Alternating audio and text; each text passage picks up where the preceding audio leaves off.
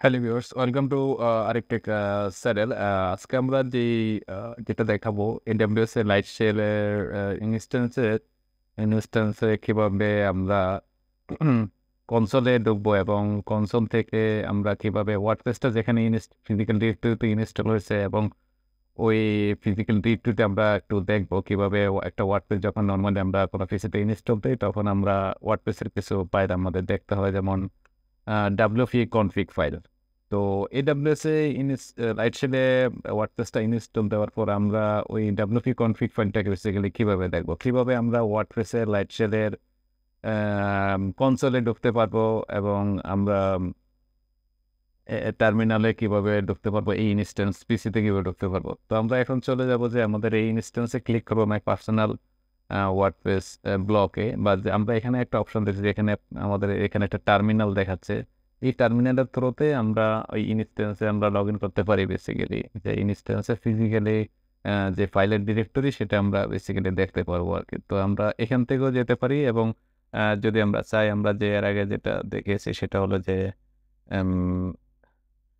Cloud শেলের থ্রুতে আমরা বেসিক্যালি আমাদের ইনস্ট্যান্সে আমরা যেতে পারি।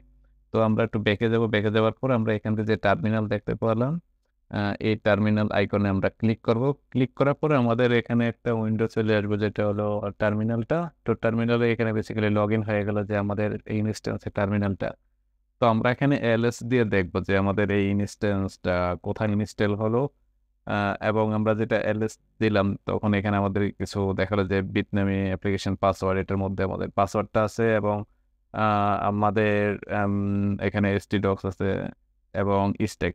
বেসিক্যালি লাইট শেলের থ্রুতে যখন ওয়ার্ডপ্রেসটা ইনস্টল হয়, স্টেকের আন্ডারে বেসিক্যালি ওয়ার্ডপ্রেস ফাইলগুলো থাকে। তো আমরা সিডি দিয়ে স্টেকের ভিতরে এখানে যাব, দেন আমরা এলএস দিয়ে দেখবো।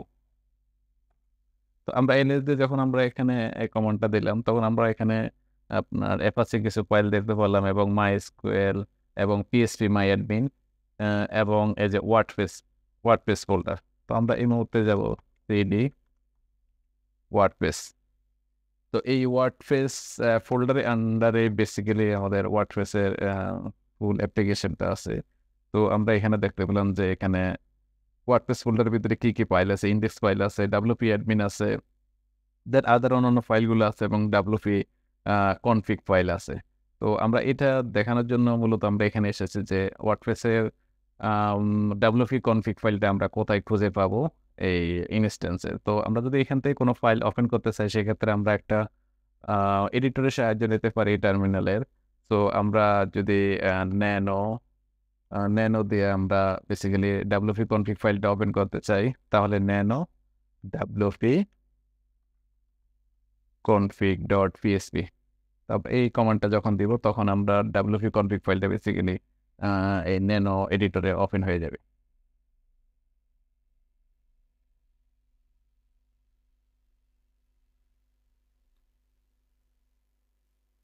তো আমাদের ডাব্লিউপি কনফিগ ফাইলটা এখানে আপনার ন্যানো এডিটরে বেসিক্যালি ওপেন হলো। যদি আমরা এখানে কোনো চেঞ্জ করতে চাই, ডিবি নেম ডি পাসওয়ার্ড, তাহলে আমরা এখান থেকে বেসিক্যালি চেঞ্জ করতে পারবো।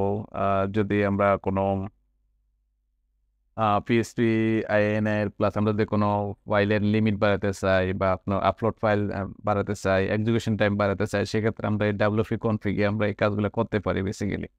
তো আজকে এতটুকু পর্যন্ত আমরা এখানে দেখালাম কিভাবে লাইট শেলের ইনস্ট্যান্সের ভিতরে আমরা টার্মিনালে ঢুকতে পারি এই কনসোলের থ্রুতে, এবং কিভাবে আমরা ডাব্লিউপি কনফিগ ফাইলটা কোন লোকেশনে আছে সেটা আমরা এখান থেকে যদি বার করতে পারি আর কি। তো থ্যাংক ইউ সো মাচ।